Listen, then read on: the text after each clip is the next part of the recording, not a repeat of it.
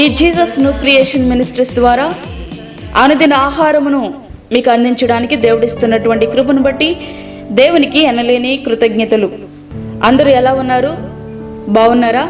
వాక్యం విన్నటువంటి అనేక మంది ఫోన్ చేసి ప్రార్థన అవసరతలు తెలియజేస్తూ ఉన్నారు. వారి కొరకు మేము ప్రత్యేకంగా ప్రార్థిస్తూ ఉన్నాము. అందరూ బట్టి దేవుని నామానికి మహిమ కలుగునుగాక. వాక్య ధ్యానంలోనికి మనం వెళ్దాం. 139వ కీర్తన 7వ వచనం. నీ ఆత్మ యొద్ద నుండి నేనెక్కడికి పోవుదును? నీ సన్నిధి నుండి నేనెక్కడికి పారిపోవుదును? కీర్తనాకారుడు చెప్తూ ఉన్నాడు. దేవుని సన్నిధి నుండి పారిపోవాలని దావీదు ఉద్దేశమా? కానే కాదు. దేవుడు సర్వమంతటా వ్యాపించి ఉన్నాడని తెలియచెప్పడమే ఆయన ముఖ్య ఉద్దేశం. అవును, ఎలీషా ఆత్మ నుండి గెహాజీ తప్పించుకోలేకపోయాడు.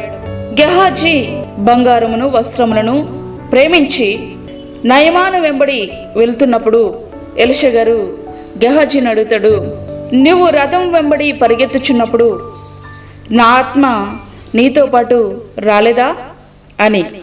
అట్లాంటప్పుడు ఎలీషాకు ఆ ఆత్మనిచ్చిన దేవుని ఆత్మ నుండి ఇంకెట్లా మనం తప్పించుకోగలం? ఎక్కడికి పారిపోగలం? యోనా గారు కూడా దేవుని సన్నిధి నుండి తప్పించుకుని ఎక్కడికి పారిపోగలిగాడు? తర్షీషు చేరగలిగాడా? లేదే. దేవుని సన్నిధి నుండి మనం ఎక్కడికి పారిపోగలం? ఆయన సర్వంతర్యామి అయ్యున్నాడు కదా. నువ్వు ఏ స్థితిలో ఉన్నా ఎక్కడున్నా ఆయన నిన్ను చూడగలడు. నేను చీకట్లో ఉన్నాను కదా, చీకట్లో పాపం చేస్తున్నాను కదా, నన్ను ఎవరు చూడట్లేదు అని నీవు అనుకుంటున్నావేమో ప్రియ సహోదరి సహోదరుడా. ఆయనకి చీకటి అడ్డు కాదు. దేవుని సన్నిధి నుండి నువ్వు పారిపోతున్నావా? ఎక్కడికి పోగలవు? దేవుని సన్నిధి నుండి పారిపోయి నువ్వేం చేయగలవు? తండ్రి యొద్ద నుండి పారిపోయిన చిన్న కుమారుని పరిస్థితి ఏంటి? పందులు పట్టును తినడానికి కూడా వెనుకాడని స్థితిలోనికి ఆ కుమారుడు వెళ్ళిపోయాడు కదా. తండ్రికి దూరమై ఆయన ఏమి సాధించాడు? ఏమీ చేయలేకపోయాడు. చేసేదేమీ లేదు. అత్యంతరము లేక మరలా తండ్రి దరికి చేరడం తప్ప అతనికి వేరే దారి లేదు. ప్రియమైన స్నేహితుడా, నీవు నేను ఎక్కడికి పారిపోగలం? ఆయన ఆత్మ నుండి మనము తప్పించుకోలేము. ఒకవేళ నీవు పారిపోయి దేవునికి దూరమై దురలవాట్లకు బానిసై దేవునికి అవిధేయుడిగా జీవిస్తున్నావా? దుర్మార్గమైన స్థితిలో నీవున్నావా? నీ స్థితి అధోగతికి వెళ్ళిపోతుందా?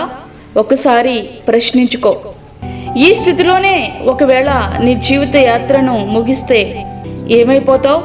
నీ ఆత్మ సంగతి ఏంటి? అది ఊహలకే భయంకరంగా ఉంది కదూ. బగబగ మండే నరకములోనికి నీ ఆత్మ జారిపోద్ది కదూ. ప్రియ స్నేహితుడా, ఒక్కసారి ఆలోచించు. ఒక్కసారి నీ జీవితం కొరకు ఆలోచించు. దేవుని సన్నిధి నుండి దూరమైనటువంటి స్థితిలో నువ్వు ఉన్నావేమో. పాపమునకు దగ్గరైపోయావేమో. దేవుని సన్నిధి నుండి నేను దూరంగా జీవిస్తున్నాను కదా అని నువ్వు అనుకుంటున్నావేమో. కానీ అనుక్షణము నిన్ను చూసేటటువంటి దేవుడు నిన్ను పరీక్షిస్తూనే ఉన్నాడు. నీ ప్రతి అణువణువు ఆయన చూస్తాడు. దేవుని యొద్ద నుండి నువ్వెక్కడికి పారిపోలేవు. కనుక తప్పిపోయినటువంటి కుమారుడు వలె తిరిగిరా. తప్పకుండా ఆయన నిన్ను చేర్చుకుంటాడు. ఆయన రాజ్యంలో నీకు స్థానం ఇస్తాడు. నీ పాపములు ఒప్పుకొని పశ్చాత్తాపడి ఆయన చెంతకు చేరినట్లయితే ఆయన నిన్ను తప్పక చేర్చుకుంటాడు.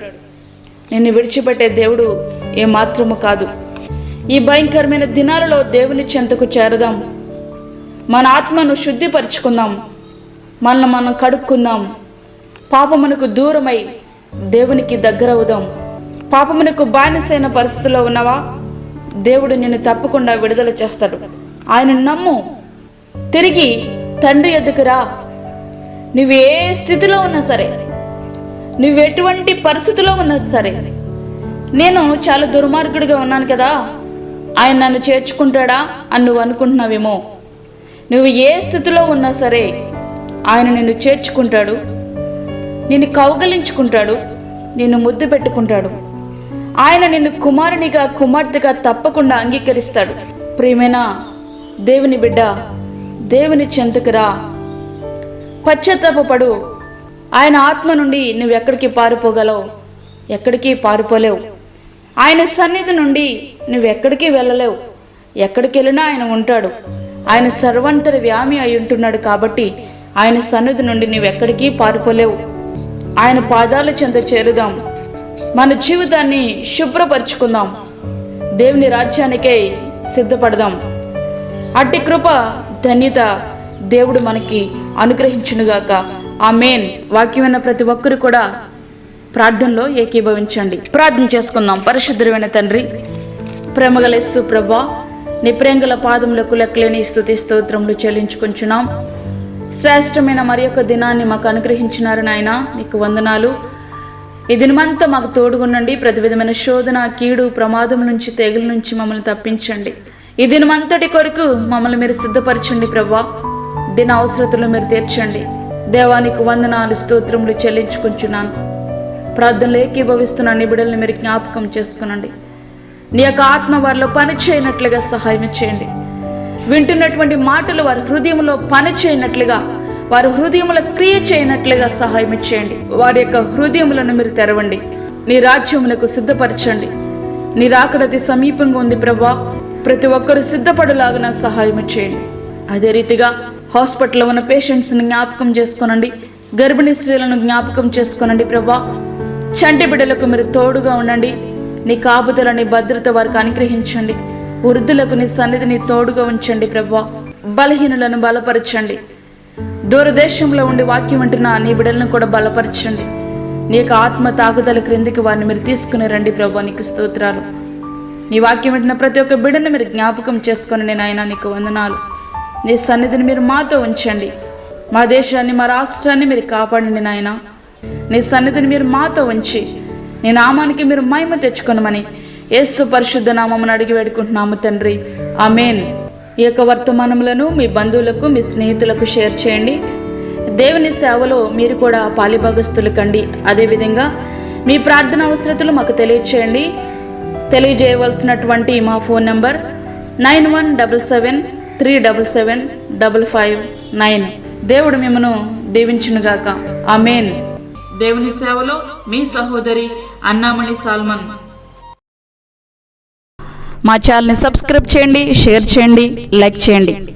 దేవుడు మిమ్మల్ని దీవించునుగాక. ఆమేన్.